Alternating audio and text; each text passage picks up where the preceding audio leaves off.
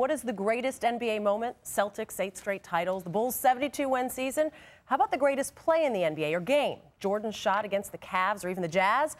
Don't spend too much time thinking. The History Channel has done the work for you. After asking fans to weigh in online, the results have been tabulated and will be revealed in a History Channel special later this week, appropriately titled NBA's Top 10 Greatest. Hall of Famer Bill Walton mediates a panel that will debate the greats on the special, and he joins us here in studio now. Bill, 10 categories in the 10 greatest. When you look at all of them, what is your favorite category to pick from?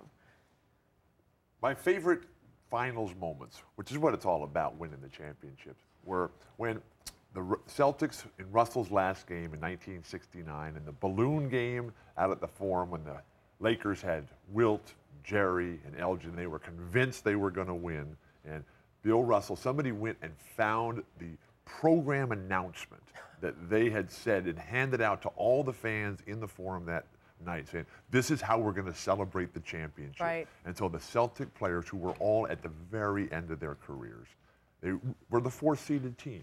And they looked around to each other and they said, hey, let's go get this done. And they won at the very end. It was so special. I was in high school at the time, and even though I'm from the heart of Laker country in Southern California, that was just great. Don't you think, though, some of this might be a little biased in the sense that it's online voting? So memories like that, well, some of those aren't going to get in there. Some of us are old enough to remember that history goes back further than just last night.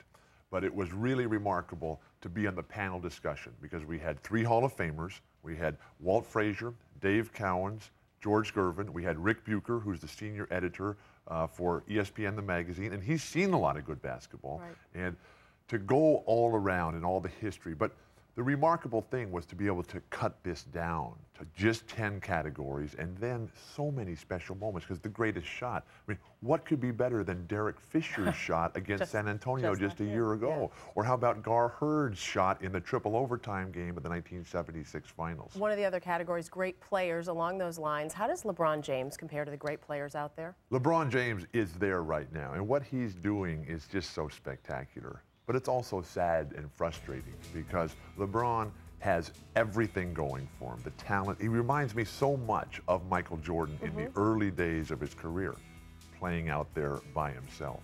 And his teammates are letting him down right now. They don't have any team spirit. They don't have any concept of playing together, any sort of flow.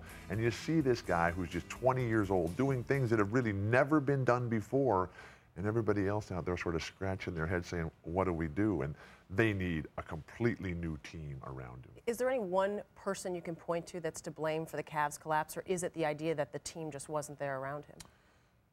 There's no personnel. The firing of Paul Silas was a mistake. Paul Silas was the best thing to ever happen to LeBron James.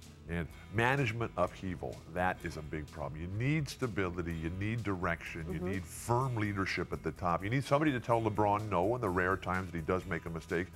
But really what you need are foot soldiers around LeBron to do all the dirty work. And they need to rebuild the team in the mode that Michael Jordan had, with guys like Pippen, Harper, Rodman, Kukoc, versatile players that can play all the positions. You don't really have to worry about a big guy with LeBron because he can play the post, he can play everywhere.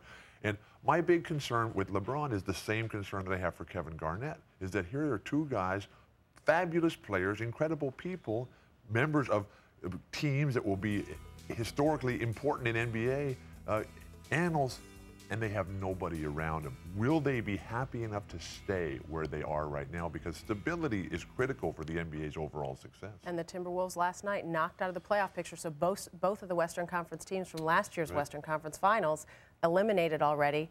Who's your pick to meet in the finals this year? I was picking Miami and Phoenix. Phoenix still playing great ball. Miami is slumping. They have lost 8 out of their last 12 games. Okay. And so they're not playing well. Detroit's playing very well, but it's a long way to go. Shaq got hurt again yesterday, got kneed in the thigh, so that's not a good situation. Detroit and Miami, clearly the class of the East. You don't know how healthy Tim Duncan is right now, and the excitement of Phoenix. Phoenix, I think, a prohibitive favorite in the West right now. Which one in the East, though? Detroit or Miami? Today? Yes, just for today. Just for today. Change if you want to tomorrow. It would have to be Detroit. I've been riding Miami for a while, but the injuries Maybe that that's they what have, happened. You were riding him and Shaq got hurt. I wore wore his Shaq back out. out the same way I wore Larry Bird's back out. Thanks for watching ESPN on YouTube. For highlights and analysis, check out the ESPN app.